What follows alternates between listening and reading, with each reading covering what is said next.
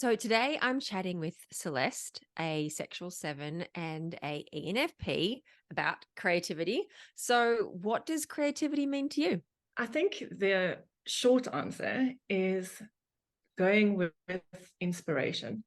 Um, it is a bit of a process for me, and I used to think about creativity in the same way that most of us grew up thinking, right? The creatives are the ones who do art and music and interesting things, and the logical, rational, analytic people are not creative. But that's definitely changed for me. Mm. Over the years, I've realized that creativity is like part of existing. We are co-creators of our existence, and whatever that means to you, the moment you kind of surrender to any form of inspiration, that feeling that you get when an idea comes. And usually for me as a 7, I'm very much aware of how the ideas come, and if you take action on that, that's being creative, I think. Yeah. Mm. Following the ideas. Yeah. Yeah. Mm. And I know that you do a lot of work in the leadership development space. Is that where you Mm. see most of your creative expression happen? Or is there something that happens outside of that too? I think it's both. So let me talk to work first. So my husband is a Lego Serious Play facilitator, and we use the Lego process as kind of as in the beginning, as we kick off our training. I do Enneagram assessments with him, and then he does the Lego workshop where we're in the room together. And most leaders we work with don't think of themselves as creative unless we work with the ad agencies and the guys in the creative spaces. The rest don't feel or don't think that they're creative, and they feel kind of they struggle in the beginning with Lego and what to do with it, but the process actually helps them to just relax into it. And every single time, everyone is so amazed by what they've created. They didn't know that they could be so colorful and creative and imaginative in their creations. And I think so in our leadership work, that brings me a lot of joy to see how people just surrender to the process and come up with these amazing ideas in 3D. I used to do creative things like in my 20s, art, mosaics. My mom's side of the family are very creative, and I have lots of appreciation for music, and even though I don't play myself. But I do find these days, when this year has probably been my most creative year ever because of a few projects that I created and actually began and saw to fruition. And the creativity came in bursts of energy. It came in that night when you can't sleep because you came up with an idea and you can see the whole thing play out. And so I found that happened quite a lot this year. Like there Mm. were a couple of projects that really took me to a place where I created something new for me anyway. And it was just following that kind of inspiration and seeing where it takes me. And then of course there are tools. Like I'm so grateful to the women who invented Canva and all those tools that just help you to be creative in ways that a few years ago would never have been possible. Like it would have been all pen and paper, and now you can play with shapes and colors and images and things. And for me, that's probably the way that creativity lives in my workspace, is following that idea and putting it out there. And unfortunately, social media is kind of the out there that I'm referring to. I would have liked for it to be something really interesting, like theaters or galleries or things like that, but no, it's just out in the world online.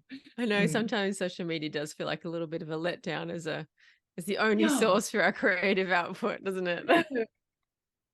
I know, and you probably can relate, but as a 7, I'm kind of rebellious against that. I don't want to. Everybody else is doing it. I don't want to do that. I'm not dancing on Instagram, and I'm not doing the things. But some of it is necessary, and it's the only way to reach an audience. Not the only way. There's always a myriad of ways, but it's an effective way. So Mm.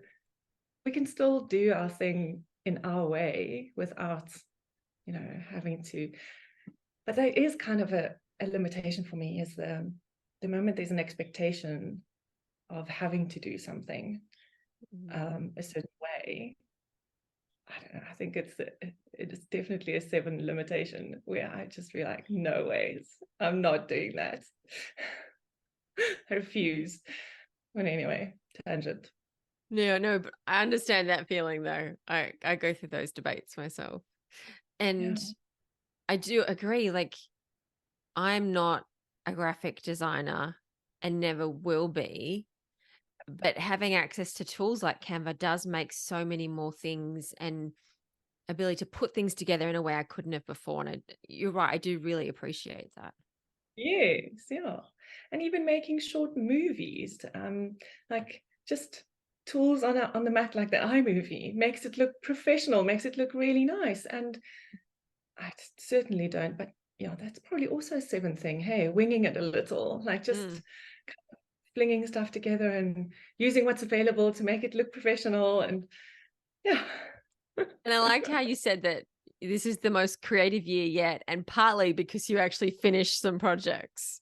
You Right. really saw Yeah. them through. And I think my thing for this year's projects is, how can I make finishing as simple and as least requirement as possible, even if that means ignoring the appropriate protocols of what you should be doing to, to make something a certain way. Because I'm like, Right. finishing is the most important thing. So Yes. how do we make that happen, even if that, means ignoring a bunch of rules? Yes. Yeah, exactly. I mean, if you ask any 7, they will tell you that they have so many ideas, so many things that are half finished, so many ideas that are half baked, so many things that they never. And then you see them popping up in the world, and you're like, hey, I had that idea.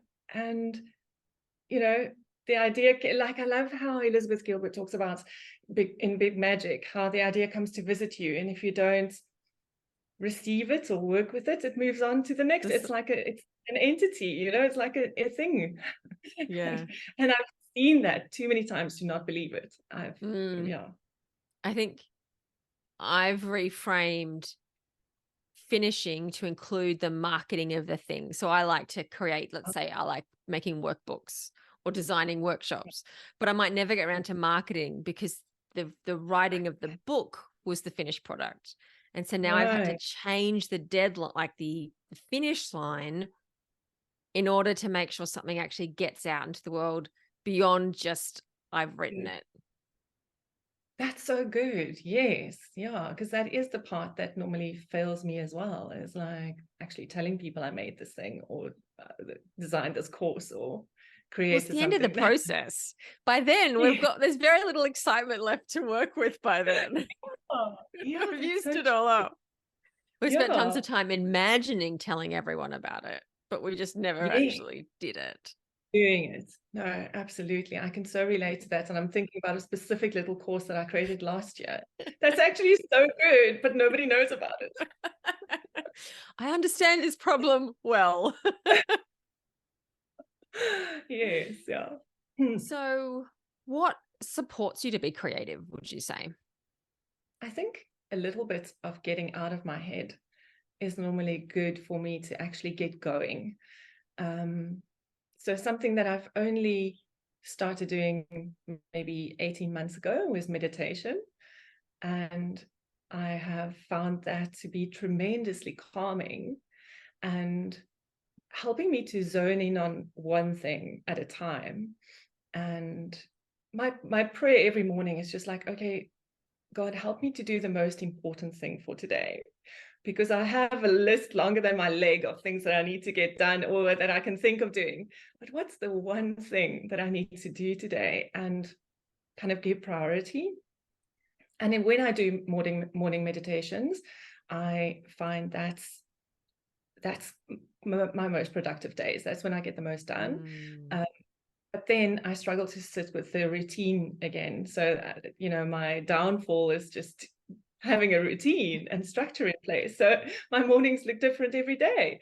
And when I then don't kind of find a way to get out of my head, whether it's walking on the beach in the morning or sitting on the mat.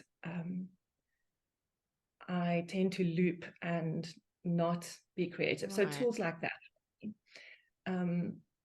All the things that the business world tells us to do, like plan your day the night before, those kind of things, I've never been able to stick to that, to actually be creative. But so that's one thing. The other thing I thought of as I was thinking about this interview, there was a time when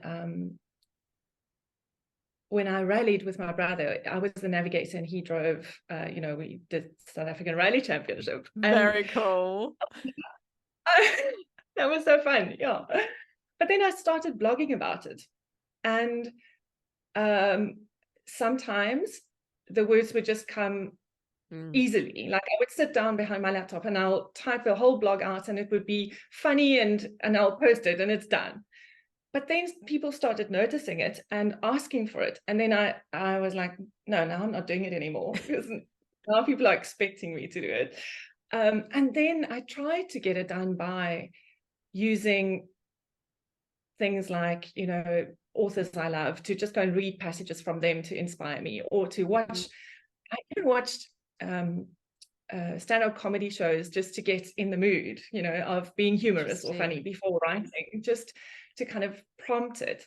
But when it feels forced, I struggle. I just, I don't know how people actually write books, because at some point you run out of juice and then you have to still finish it. But for me, that's usually the struggle I have, is then to actually finish it, because then it feels like it doesn't have juice. I just move on to the next thing. Yeah. I resonate with that. It's easier to write when you feel inspired, because it feels really funny. Like you feel like your best self is coming out. And when you're not feeling that inspiration, every word feels tortured. But I'm not sure that makes the writing better or worse per se. I think it just feels different to us as we do it. Yes. And when it gets serious, that's also harder to work with, right? Because then it feels like intense. And yeah, it's interesting. Maybe it is. I have grown a bit from that, I think, where it used to be like, if it's not fun, I'm not doing it. But since studying and having to finish a degree, it kind of gave me the discipline that I needed to learn to actually sit with something, even though it's not fun, even though it's not serious, even though it's not enjoyable, but to sit with it. That was probably one of the best ways for me to actually learn to finish something, now that I think about it. The degree, you mean? Oh, yeah, have to finish that. Yeah, Not right. just for myself, but it taught me some discipline in seeing things through, even though it's not enjoyable. So it sounds like you've dealt with creative blocks, whether it's with the blog writing or maybe through other spaces where you just couldn't get things to flow. And I'm curious, how do you sort of, like, what is a creative block? What does it mean to you? And how have you worked your way through them? Or have you just, let the project go and moved on? No judgment here, of course. I've definitely felt that sense of creative block. And I think it's when that energy that comes with inspiration kind of fizzles out. But now you've started the thing, and maybe you even 3/4 through, you've done a lot to get there. Now that's when I feel like you just have to go back to, what was the original motivation for getting this thing out? What was the inspired idea about? And I try to remind myself of that.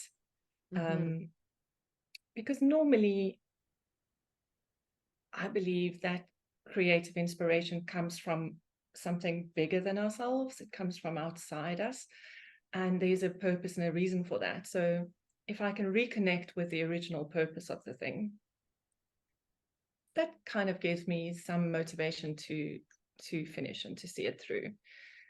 And if I'm busy with something meaningful, even more so, like if I'm busy with something that can actually help someone else or make a difference in the world, then it's a little bit easier to connect to that original inspiration. Yeah. And sometimes you just have to take a break from it and just get your bum off the seat and go and do something else, and usually something in the body. Definitely. If I've moved my body, then I'm okay again. Then I can sit and focus again. Yeah, it sort of brings fresh energy back into the system. Yeah.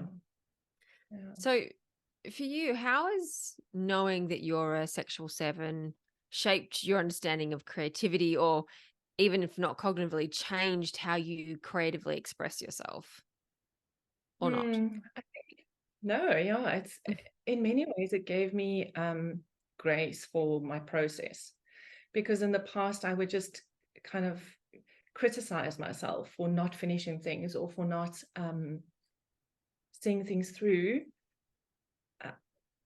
So it gave me that insight to just understand that, right, this is going to happen. There will be a next thing that will take my attention away, and I want to move on to the next thing too quickly.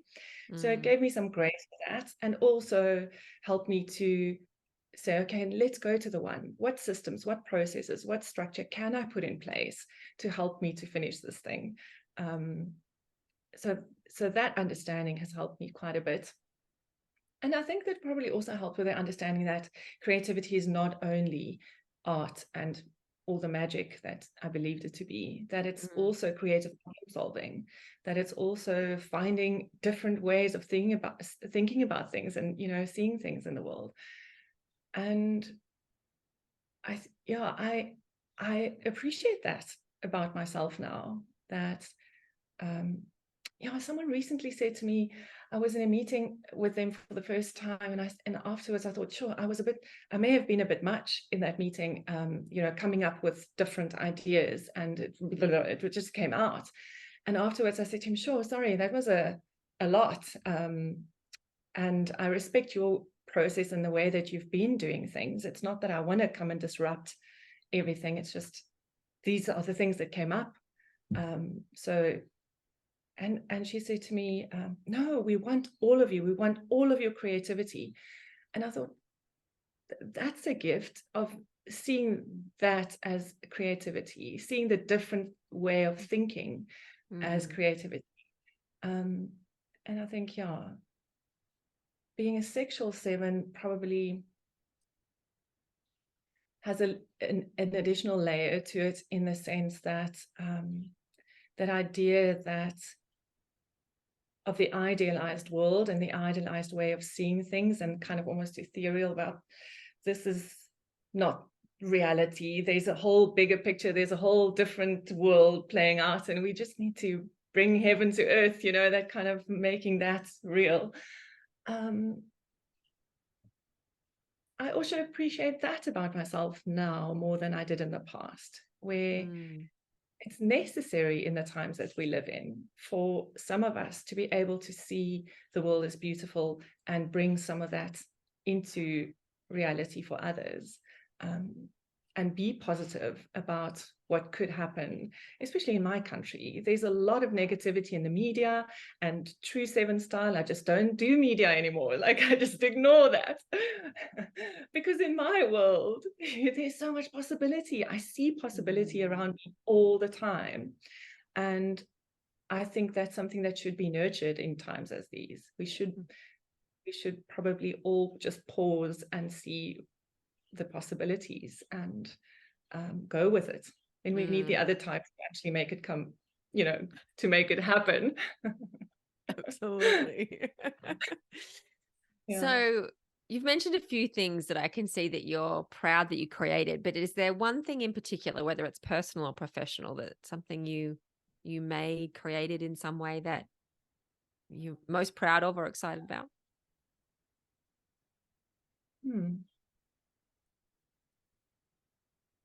I don't know, you may cut this later, but this is these are two projects that I have been working on this year that I'm really proud of, and that's as they have kind of been divinely inspired, it feels like. So the one is a project that I've been working on with one of the ministers in our church. He's gay, and we've developed a self-development course for gay believers.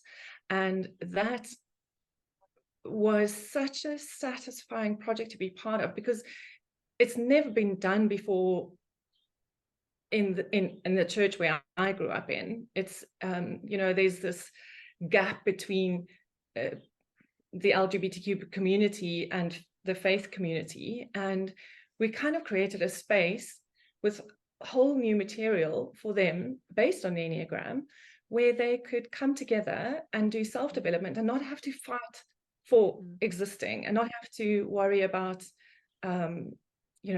bringing the two together. It was just accepted that the two belong together, and you're okay, and let's just work on whatever may be holding you back in your life. So that was a course that we created that I'm very proud of, because it just feels so life-giving. And it was, it's changed lives, and it felt like it had tremendous meaning for people. So I would love to take that further together next year. And the other one was a retreat that came to me like during the night. The idea for it came to me, and I stayed up all night just planning it, and I even had every day's schedule already ready. So it was all just a question of making it happen. And then I had these wonderful friends that worked on the project with me, along with my husband, and we made it happen. And it was now in September, and it was also one of the most wonderful experiences of my life. It just felt so right to be there, to be with that group of people, to be doing the work that we were doing. And there were many creative elements about bringing that thing into existence and making it happen.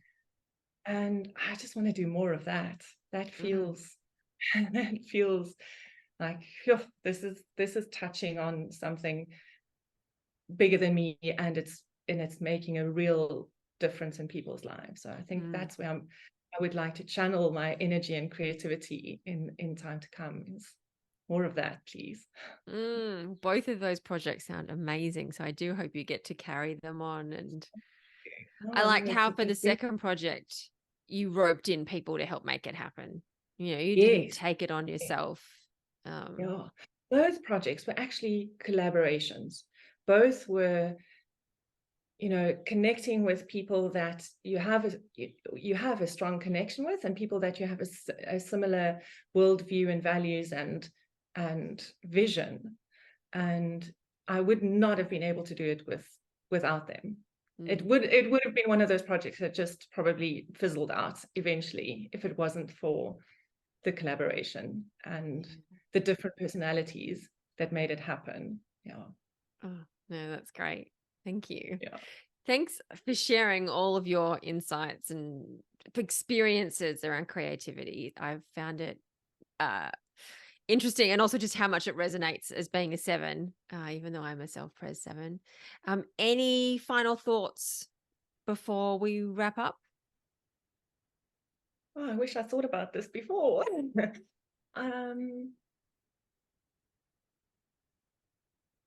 I think just for everyone to believe that you are creative.